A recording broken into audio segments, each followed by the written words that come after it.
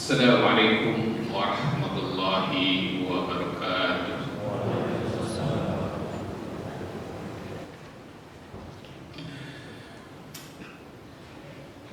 Innal hamdalillah nahmaduhu wa nasta'inuhu wa nastaghfiruh wa na'udzu billahi min shururi anfusina wa min sayyiati a'malina may yahdihillahu fa huwal muhtadi wa may yudlil falan tajida lahu waliyyan mursyida. أشهد أن لا إله إلا الله وحده لا شريك له وأشهد أن محمدا عبده ورسوله اللهم صل على حبيبنا ومولانا محمد وعلى آله وصحبه ومن تبعهم بإحسان إلى يوم الدين يا أيها الذين آمنوا اتقوا الله وقولوا قولا سديدا يصلح لكم أعمالكم ويغفر لكم ذنوبكم ومن يطع الله ورسوله فقد فاز فوزا عظيما.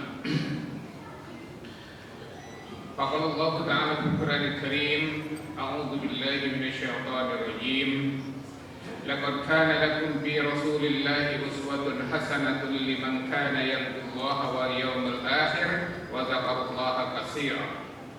Ma'asyiral muslimin, undangan Allah Subhanahu wa taala. Alhamdulillah, pada kesempatan Jumat hari ini, pada bulan Rabiul Awal ini, pada bulan kelahiran Rasulullah Sallallahu Alaihi Wasallam, Allah Subhanahu Wa Taala masih memberikan kepada kita nikmat iman. Dengan nikmat iman tergerak hati kita untuk menunaikan panggilan dan seruan dari Allah Subhanahu Wa Taala. Ya ayyuhalladzina amanu idza nudiya lis-salati min yaumil jum'ah fas'au ila dzikrillahi wa dzarul bai'. Wahai orang-orang yang beriman, jika kamu diseru dipanggil untuk salat Jumat, maka bersegeralah, tinggalkanlah oleh kalian perdagangan kalian atau tinggalkanlah berbagai aktivitas kita sekalian. Yang kedua, nikmat yang tiada tara yang Allah berikan kepada kita adalah nikmat sehat. Ini yang kadang kita lupa bahwa kita sehat. Sehat mata kita, sehat kaki kita, sehat tensi darah kita tidak sedang tinggi, juga tidak sedang rendah, kolesterol kita dan berbagai macam penyakit yang ada dalam tubuh kita semua dalam keadaan yang sehat, sehingga kita dapat menunaikan panggilan dari Allah Subhanahu wa taala, dapat hadir di tempat yang mulia ini.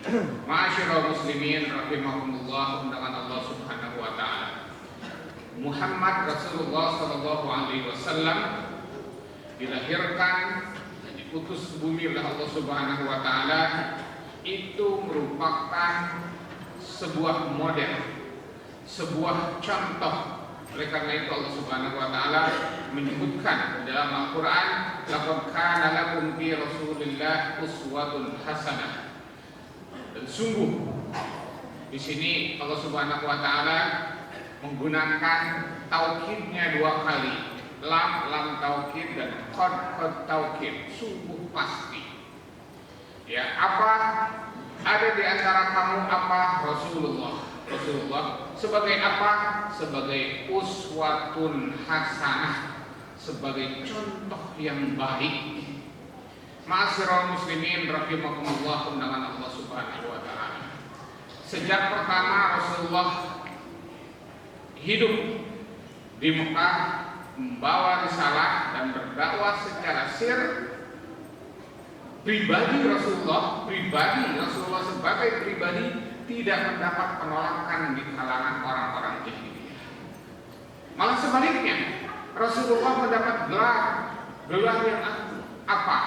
Al-Amin, orang yang dapat dipercaya.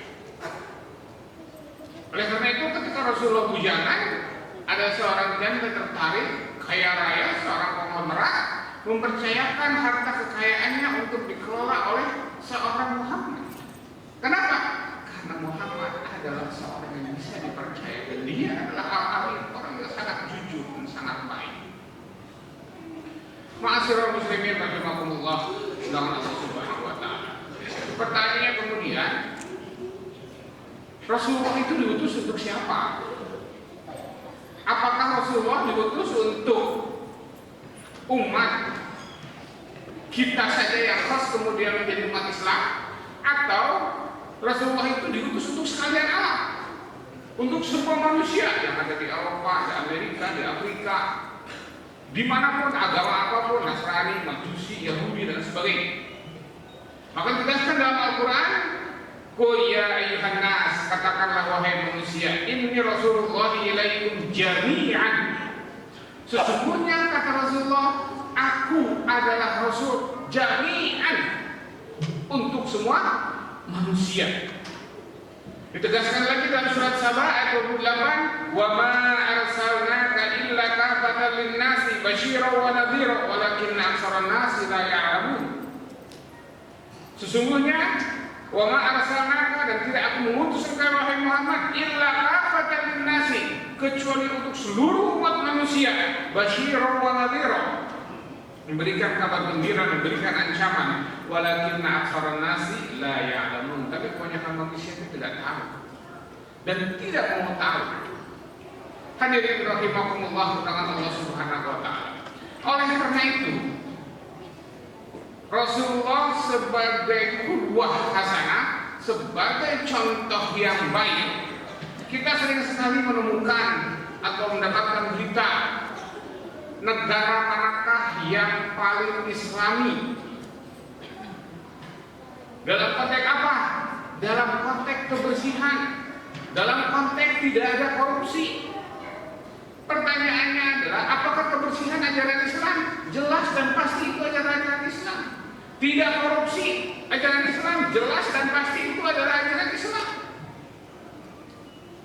Kata Rasulullah SAW, "Lau kanat Fatimah binti Muhammad syaraqat saqata'tu yadaha." Seandainya Fatimah binti Muhammad mencuri, saqata'tu yadaha, aku akan potong tangannya. Jadi Rasulullah dalam hal terhadap pencurian, pengambilan barang yang bukan haknya, bahasa sekarang kita adalah bahasa korupsi, istilahnya adalah korupsi. Kata Rasulullah, andaikan yang korupsi itu Fatimah binti Muhammad, saqata'tu yadaha, aku akan potong tangannya. Ajaran Islam, ajaran Islam. Pertanyaannya adalah, negara mana sekarang yang mengamalkan itu? Tidak dalam hal memotong tangannya, tapi dalam hal bagaimana mengimplementasikan sistem, bagaimana sistem orang kemudian tidak bisa korupsi, orang tidak bisa mencuri. Itu menggunakan sistem, dan itu juga yang dibangun oleh Rasulullah SAW.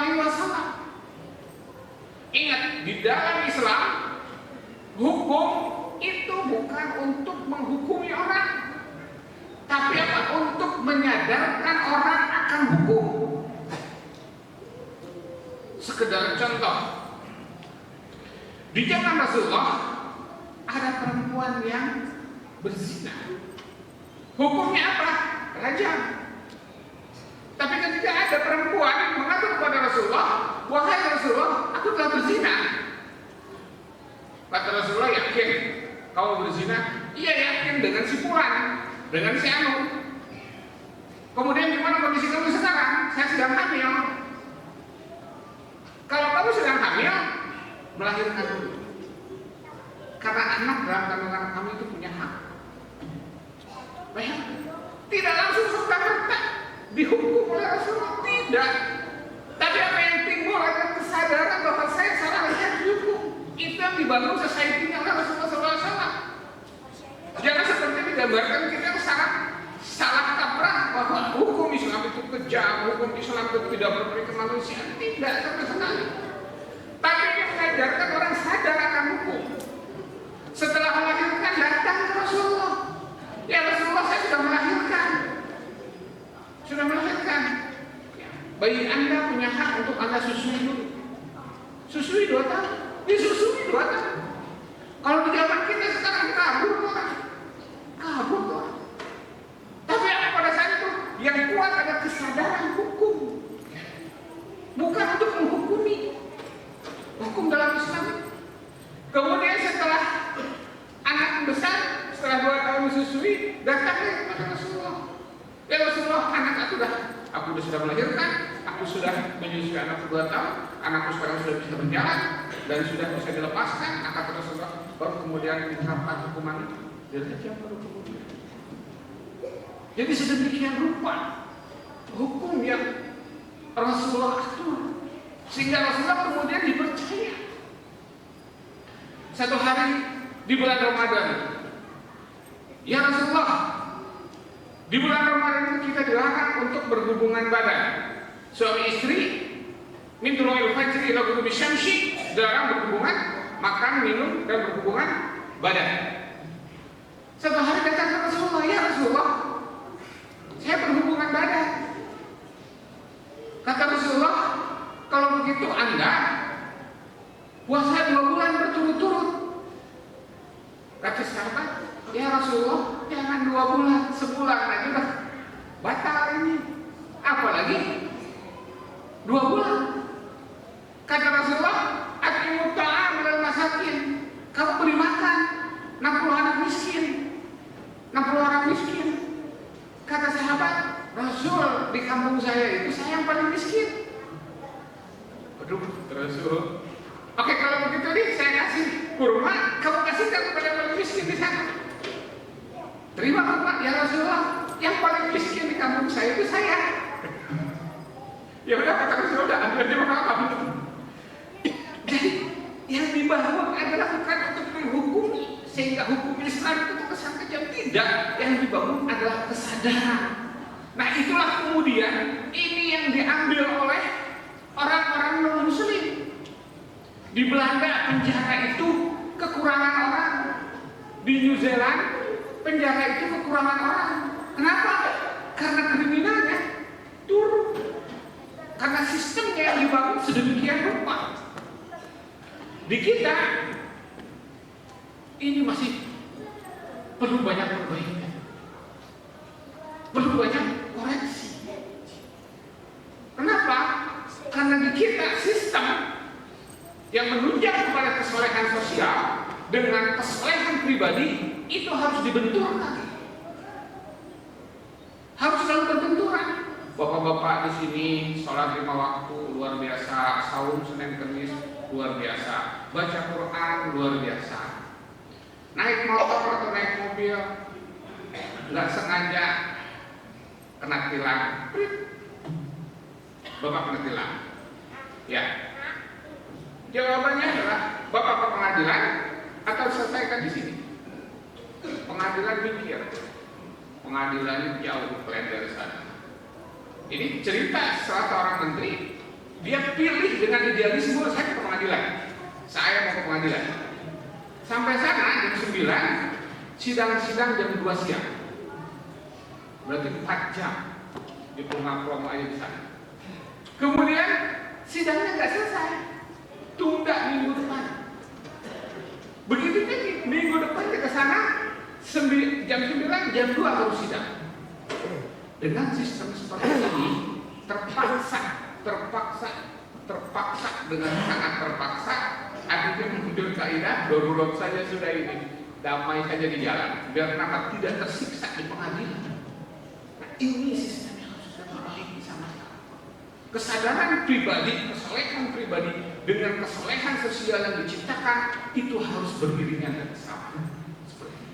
Oleh karena itu Rasulullah SAW diputus kepada umat manusia, bukan hanya kepada umat Nabi Muhammad SAW, tapi untuk amah jami'an, untuk linnasi jami'an, untuk seluruh umat manusia. Barakallahu li wa lakum bil Qur'anil azim wa nafa'ani wa iyyakum bima fihi minal ayati wal dhikril hakim wa taqabbal minni wa minkum tilawatahu innahu was-sami'ul 'alim.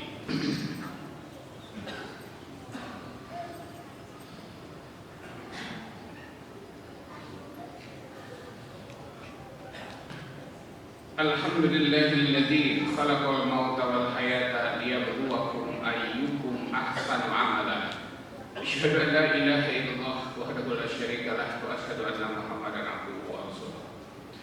Ayyuhal hadirun rahimakumullah, dengan Allah Subhanahu wa taala.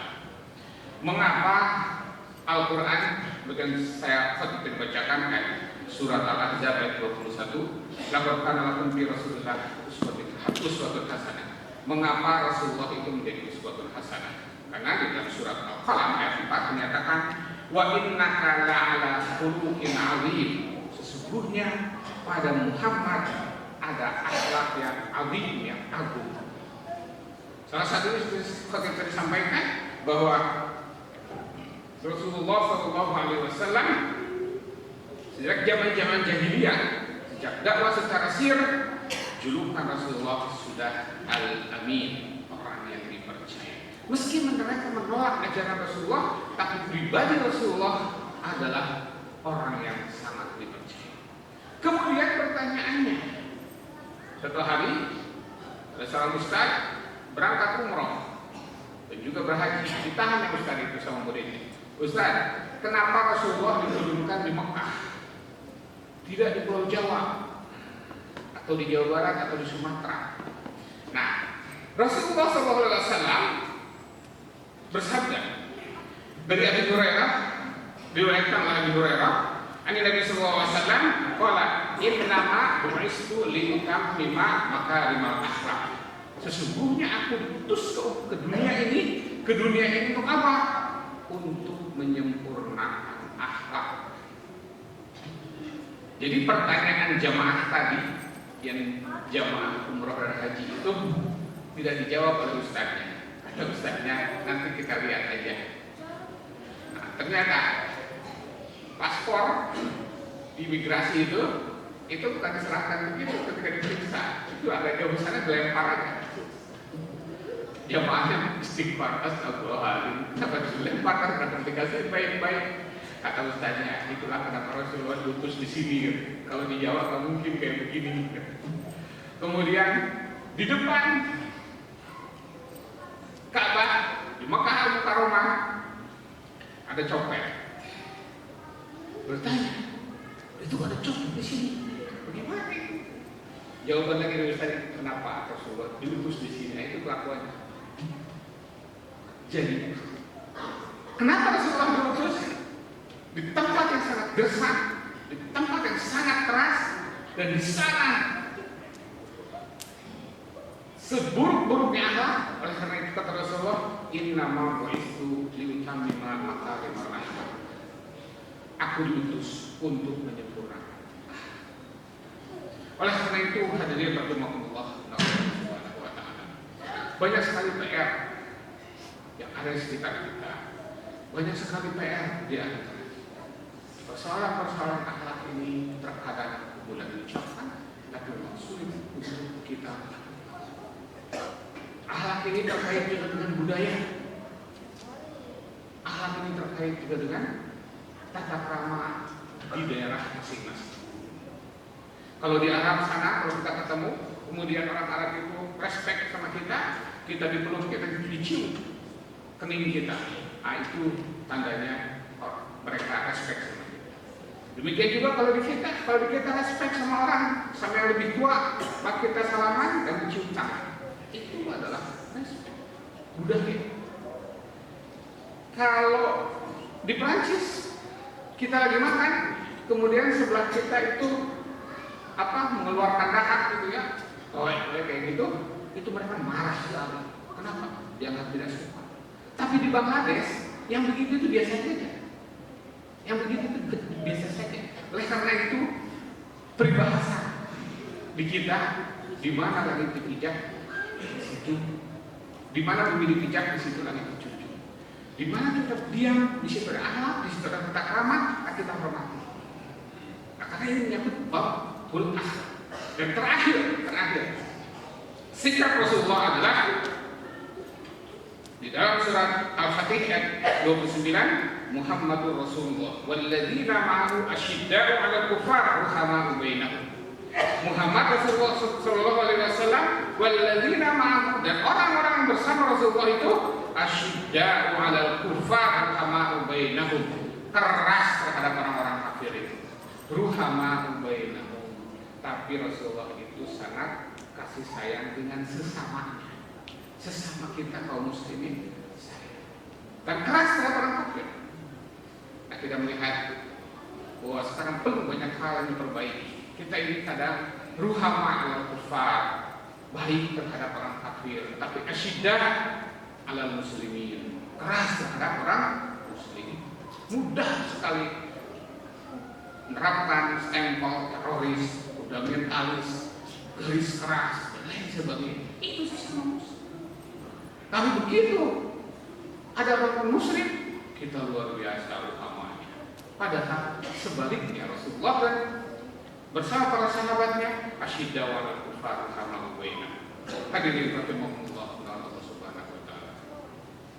Kita berdoa kepada Allah Subhanahu wa taala, semoga Allah Subhanahu wa taala mengampuni segala dosa kita. Innallaha wa malaikatahu yusholluna 'alan nabi ya ayyuhalladzina amanu shallu 'alaihi wa sallimu taslima. Allahumma shalli 'ala Muhammad wa 'ala alihi wa sahbihi wa man tabi'ahum bi ihsan ila yaumiddin. Allahumma ighfir lil muslimina wal muslimat wal mu'minina wal mu'minat al-ahya'i minhum wal amwat. Allahumma arina haqqa wa warzuqna ittiba'ah.